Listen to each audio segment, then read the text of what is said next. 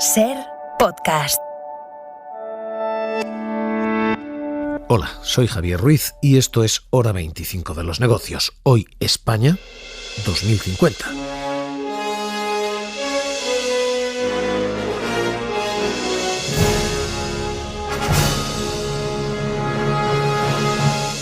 Hoy viajamos al futuro.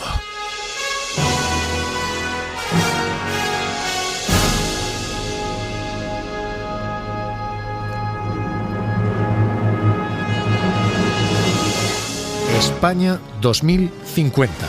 Eso es lo que plantea el Ejecutivo, el nuevo estado del bienestar. La proyección que se hace no pretende ser, no es un cuadro macro, no es ciencia económica, porque de serlo sería más bien ciencia ficción, es simplemente un dibujo de objetivos de país. Y lo que se dibuja es literalmente esto, un cambio de modelo productivo, de forma que de este 18% con el que vamos a salir de esta crisis en paro, iríamos a pleno empleo en el año 2050. Este es el objetivo, una tasa de paro que rondaría el 7%, un desempleo juvenil que quedaría en nada, 14%, y una tasa de temporalidad nula. Todo esto trabajando 35 horas semanales y con una brecha salarial, una brecha de género de 0. Los hombres y las mujeres deberían cobrar lo mismo entrada ya esa fecha. Es lo que hoy decía Pedro Sánchez. Una España digitalizada que podría registrar niveles de productividad que al final es uno de nuestros principales talones de Aquiles, unos niveles de productividad similares a la de las naciones europeas mucho más destacadas, distribuir en consecuencia mejor nuestras oportunidades laborales por todo el territorio. Lo que se busca es un cambio de sesgo fiscal y de Estado. Se busca pagar más, subir impuestos para cobrar y recibir más, para recibir más servicios. Y esto es lo que plantea el Ejecutivo, poner a la economía española al mismo nivel de presión fiscal que a la Unión Europea, subir 10 puntos esa presión fiscal hasta el 43% y reducir la economía sumergida a la mitad, del 20 al 10%. Es decir, más impuestos a cambio de más servicios. En concreto, el Ejecutivo dice el gasto sanitario aumentaría más de un punto, del 5,7% del PIB al 7% del PIB. El gasto en educación aumentaría también más de un punto, del 4,3% del PIB al 5,5% del PIB. Y la I+D, el gasto público en investigación y desarrollo, se cuadruplicaría, decía Pedro Sánchez. Una España que generaría más riqueza y la usaría, por ejemplo, para financiar un estado del bienestar robusto, capaz de mitigar la desigualdad social que desgraciadamente sigue aumentándose como consecuencia, en este caso, de la pandemia que estamos sufriendo, y también reducir los niveles de pobreza a la mitad. Hay un cambio de modelo de sesgo fiscal, hay un cambio de modelo también energético y de país. Se pretende multiplicar por 2 la recaudación con impuestos verdes, es decir, utilizar la fiscalidad para tasar lo más contaminante, y eso implica tasar vuelos cortos, eso implica recargar, tasar a los coches también, a cambio de hacer una economía 100% eléctrica y 100% renovable, reducir el 90% las emisiones de CO2 para ese año 2050. Una España sostenible, sin centrales de carbón, sin vehículos contaminantes, ni vertederos, porque el 100% de sus residuos serían reciclados y toda la energía estaría generada a partir de las fuentes renovables. Insisto, no es una proyección, sino un objetivo. Para hacerlo hay que aplicar políticas concretas y no es una cuestión de partido, sino de Estado. No es el gobierno que debería hacerlo, sino todos los gobiernos sucesivos para caminar en esa dirección. Eladio Mizoso, ¿qué tal? Muy buenas noches. Hola, buenas noches. Porque todo esto implicaría, primero y fundamental, cambios en la vida diaria. Esto lo notaríamos en nuestro día a día. Sí, el plan presentado hoy propone aumentar la fiscalidad del transporte aéreo, es decir, de viajar en avión, introduciendo una tasa de viajero frecuente o impuestos sobre los billetes de avión, que deberían penalizar los vuelos más cortos, e incluso recomienda prohibir esos vuelos cortos en trayectos que puedan hacerse en tren en menos de 2 horas y media. En cuanto al coche, el coche privado, propone incentivar el cambio hacia los modelos sin emisiones con estímulos, pero también con fiscalidad, aumentando la que afecta a la gasolina y el gasóleo, pensemos en el impuesto de hidrocarburos, hasta situarlos en la media para la gasolina en la Europa de los 8. Y un cambio más profundo, sustituir los impuestos de matriculación, circulación y carburantes, que son los actuales, que gravan el tener coche y el circular con él, por un impuesto sobre el uso medido, así lo dice, medido real del coche, que tenga en cuenta su peso, su potencia y sus emisiones contaminantes y de efecto invernadero. Pero nada hemos visto en esta nueva fiscalidad sobre los vehículos de pago por uso de autovías. Y todo esto trabajando menos tiempo. Se plantea como objetivo pasar a las 37 horas semanales en 2030, a las 36 en 2040 y las 35 horas a la semana en 2050, para situarnos en la media actual de la Europa de los 8. Así que en la vida diaria, viajar en avión sería más caro. Si fuera posible, puede haber prohibiciones. Habría impuestos a los viajeros frecuentes, habría impuestos a gasolinas, diésel y habría impuestos a la circulación medida y no pagada como se hace a día de hoy. Todo esto, efectivamente, con una jornada laboral, como contaba Eladio Meizoso, menor de 35 horas semanales. Esta propuesta ha tenido ya respuesta de las aerolíneas. Hoy, su presidente, Javier Gándara, el presidente de ALA, nos comenta, esto no es bienvenido. Javier Gándara, ¿qué tal? Muy buenas noches. Buenas noches. ALA rechaza frontalmente una tasa al billete y la eliminación de los vuelos de corto radio de duración menor a las 2 horas y media. La primera medida desalentará al pasajero a volar, lo que tendrá un impacto devastador sobre el turismo, principal motor de crecimiento del país y, por tanto, de la economía y del empleo. Y la segunda desplazará los vuelos en conexión a aeropuertos de terceros países. Y además tan solo se conseguiría una reducción marginal de las emisiones, ya que los trayectos afectados, que serían las rutas entre Madrid con Alicante, Barcelona, Valencia, Málaga y Sevilla, apenas representan menos del 1% de las emisiones de la aviación comercial en España. Pero ya no es que lo digamos nosotros, el propio informe de la Fundación Alternativas, al que referencia el documento España 2050, reconoce que un impuesto de este estilo, por un lado, provocaría desplazamiento de viajeros a otros países, en segundo lugar, afectaría al turismo y, por último, dice que afectaría principalmente a los viajeros de menor renta. Por ello, el sector aéreo apuesta por soluciones que contribuyan de forma eficiente a avanzar en una aviación sostenible, como por ejemplo el uso de biocombustibles, el hidrógeno verde, el avión eléctrico, la implementación del cielo único europeo, medida que solamente esta permitiría la reducción del 10% de las emisiones en toda Europa. Javier Gándara, portavoz de la Asociación de Líneas, gracias. Hoy esta es la primera de las claves. El presidente del gobierno decía hoy, esto no son ni decisiones ni resoluciones ya tomadas. Se pretende un diálogo y esto es lo que se busca abrir. Un proceso de debate sobre qué ha de hacerse para obtener estos objetivos, decía. Es que nos proporciona un diagnóstico riguroso y holístico al mismo tiempo sobre los desafíos que va a enfrentar España, que ya está enfrentando España.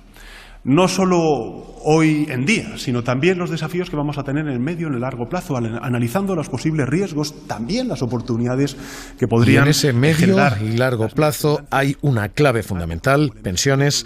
Rafa Bernardo, ¿qué tal? Muy buenas noches. Buenas noches. ¿Qué se dice en ese plan después de visto el día a día de medio y largo plazo? Pues el problema que diagnostica el informe en materia de pensiones es que de aquí a mitad de siglo el gasto podría aumentar en 5 puntos del PIB y el reto principal que identifica es conseguir que las personas de edades avanzadas participen más en la vida económica, porque así dicen se ganarían más de 1,5 millones de activos y se mitigarían por tanto los impactos de la caída de la fuerza laboral. En soluciones el texto es menos concreto, todas orbitan sobre lo que ya plantea el Gobierno en el Plan de Recuperación y Resiliencia, mecanismos fiscales y salariales para adaptar, flexibilizar y fomentar el envejecimiento activo. También plantea la necesidad de adaptar la edad de jubilación al aumento de la esperanza de vida, es decir, el futuro factor de equidad intergeneracional, y mejorar el sistema de previsión complementaria. También hay planteamientos más a futuro, quizá son los de más alcance, pero también los más inconcretos. Ponen sobre la mesa el estudio de cómo afectará al cálculo de la pensión de jubilación el hecho de que las carreras laborales sean hoy más discontinuas y heterogéneas, es decir, el debate sobre el periodo de cálculo que tan controvertido ha resultado en los últimos meses,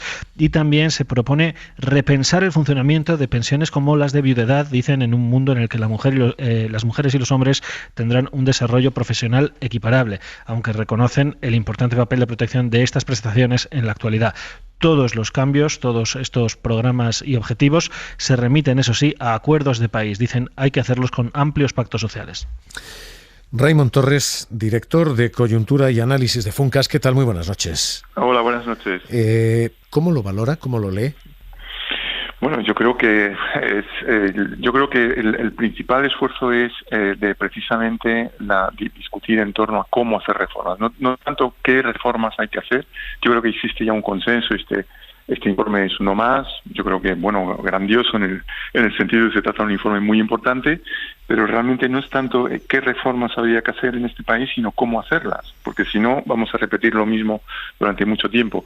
Y yo creo que hace falta, entre otras cosas, un esfuerzo sostenido en el tiempo. Por ejemplo, en el ámbito educativo o también de pensiones, pues hay que evitar que gobiernos sucesivos deshagan lo que hizo el anterior. Y hace falta una cierta continuidad en ámbitos tan importantes como la educación o las pensiones, por ejemplo, y por eso es importante que haya un cierto consenso entre diferentes partidos para, por lo menos, en el caso de la educación, que es central, y estoy de acuerdo con el informe, que esto es fundamental para la adaptación ante los retos tecnológicos, para la corrección de las desigualdades, para mejorar la productividad de la economía, pero para eso hace falta sostener el esfuerzo reformista en el tiempo, y eso transciende pues la vida de un gobierno normal, que mandatos son 4 años. Por eso hace falta un consenso entre diferentes actores sociales y políticos. Hay cierto consenso en cuestión de pensiones.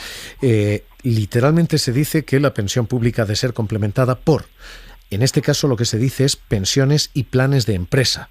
Esto es lo que defiende la socialdemocracia a día de hoy. La democracia cristiana lo que dice es por planes y pensiones privados. Pero da la sensación de que Partido Socialista, Socialdemocracia, Partido Popular, Demócratas Cristianos están diciendo el sistema de pensiones público ha de ser complementado. ¿Se ha rendido esto? ¿Se ha rendido el sistema de pensiones público? ¿Está aceptada ya la idea de que hay que complementarlo? Bueno, sería un error pensar que el sistema de pensiones públicas pues se queda atrás de alguna manera y que hay que complementarlo con pensiones que necesariamente pueden representar, digamos, un elemento diferencial entre diferentes colectivos de población. Yo creo que por eso, bueno, pues no hay que dejar de lado la reforma de la pensión pública, con su doble objetivo precisamente, que son objetivos en tensión, pero bueno, que hay que afrontarlos a la vez, de sostenibilidad financiera, por supuesto, pero también de suficiencia del nivel de pensiones. Yo creo que esto no hay que abandonar ese objetivo, y por eso yo creo que, y ahí estoy de acuerdo con el informe, que aumentar la tasa de empleo, es decir, la empleabilidad y el empleo de las personas de diferentes edades, pues me parece fundamental, porque es la mejor manera de financiar y conseguir ese doble objetivo, estar menos traumática de ellas, ¿no?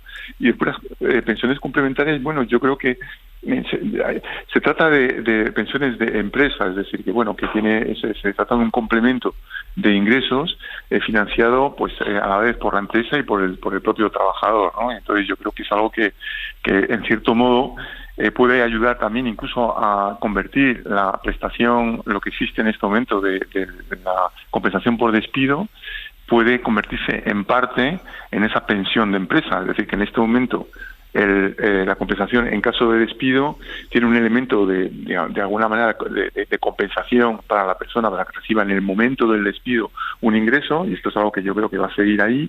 Es decir, la mochila austríaca completa me parece muy difícil y inviable, pero también tiene un elemento de proporcionar ingresos a lo largo de la vida. Y por ejemplo, una persona que nunca ha sufrido un despido en este momento no recibe ninguna compensación. En cambio, en un sistema de pensión de empresa, pues permite añadir un ingreso adicional al final de la vida laboral. Pensión de viudedad, ¿pensión a extinguir?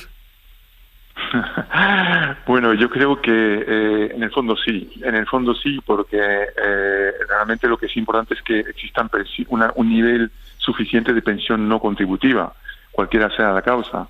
Entonces, la viudedad puede ser una causa. Hay personas que, bueno, pues se encuentran en una situación económica muy difícil. Pues cuando se muere el cónyuge, pues eso requiere una cierta compensación y una pensión.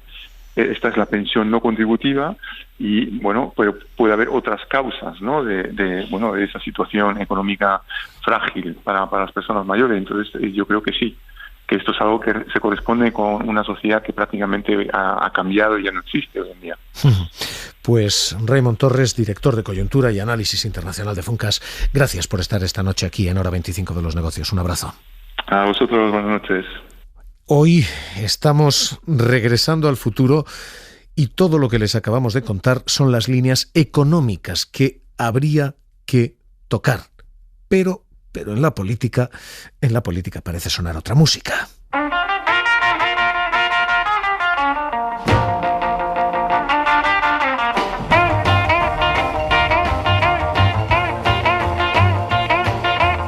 Mucho más movida, mucho más agitada y mucho más confrontacional.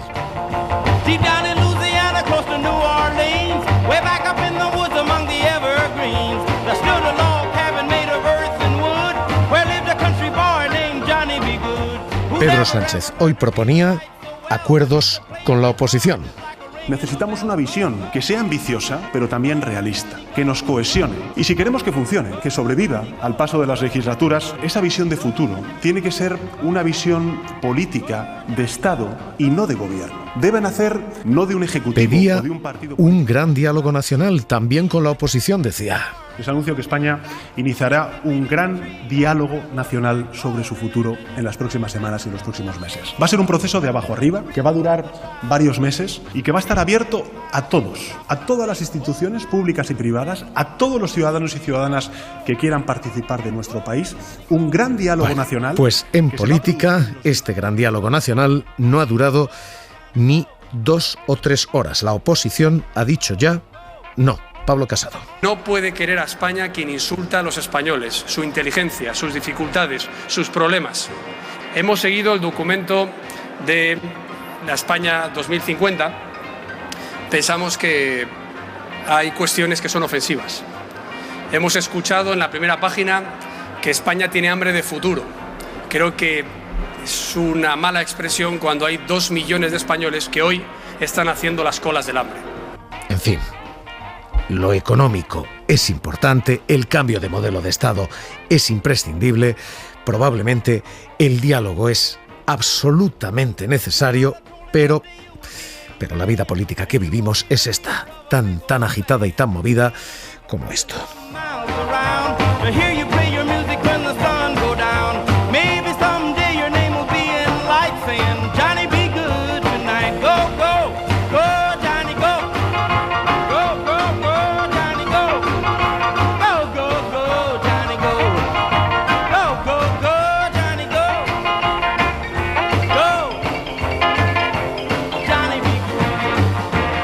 En fin, economía y política hoy separados, en carriles distintos, el día en que hemos leído esta vuelta al futuro, España en 2050.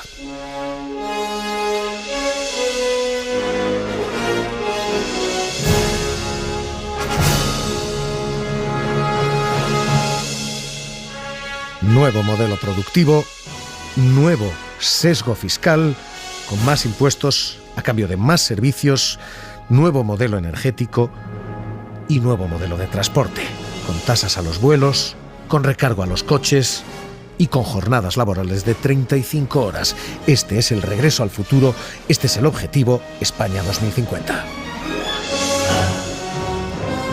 Hora 25 de los negocios. Seguimos.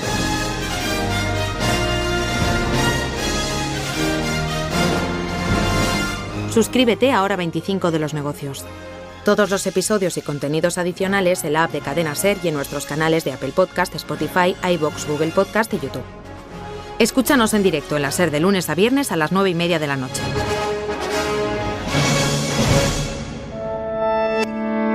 Cadena SER. La radio.